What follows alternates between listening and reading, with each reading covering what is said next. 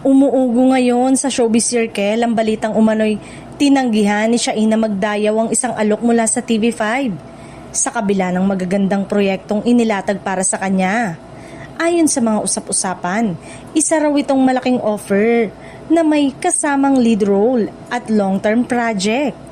Ngunit pinipili pa rin ng aktres na manatili sa kanyang kinagis ng tahanan sa industriya. Marami ang naniniwala na hindi pera o proyekto ang naging basehan ng desisyon ni Shaina, kundi ang kanyang matagal ng paninindigan at malasakit sa Kapamilya Network.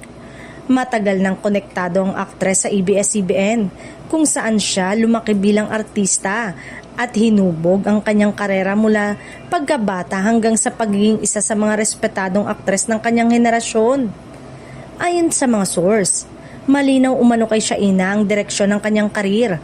Mas mahalaga sa kanya ang stability, tiwala at relasyon sa mga taong matagal na niyang nakatrabaho kaysa sa panibagong simula sa ibang network.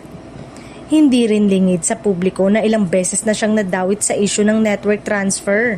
Ngunit paulit-ulit niyang pinapatunayan na mas pinipili niya ang consistency kaysa sa pabago-bagong desisyon. Para sa mga tagahanga, hindi na ito nakakagulat. Kilala si Shaina bilang isang artistang tahimik lang kumilos pero matibay sa prinsipyo. Hindi siya mahilig sa ingay o kontrobersya at mas pinahahalagahan niya ang kalidad ng trabaho at respeto sa pinanggalingan niya kaysa sa publicity. Samantala, sa social media umani ng papuri ang umunay desisyon ng aktres. Marami ang humanga sa kanyang pagiging loyal at sa paninindigang hindi basta-basta nagpapadala sa tukso ng malalaking offer kung kapalit naman ito ang pagtalikod sa mga taong sumusuporta sa kanya mula noong simula. Sa ngayon, wala pang opisyal na pahayag si Shaina tungkol sa issue. Ngunit malinaw sa galaw ng kanyang karir na nananatili siyang tapat sa kanyang pinanggalingan.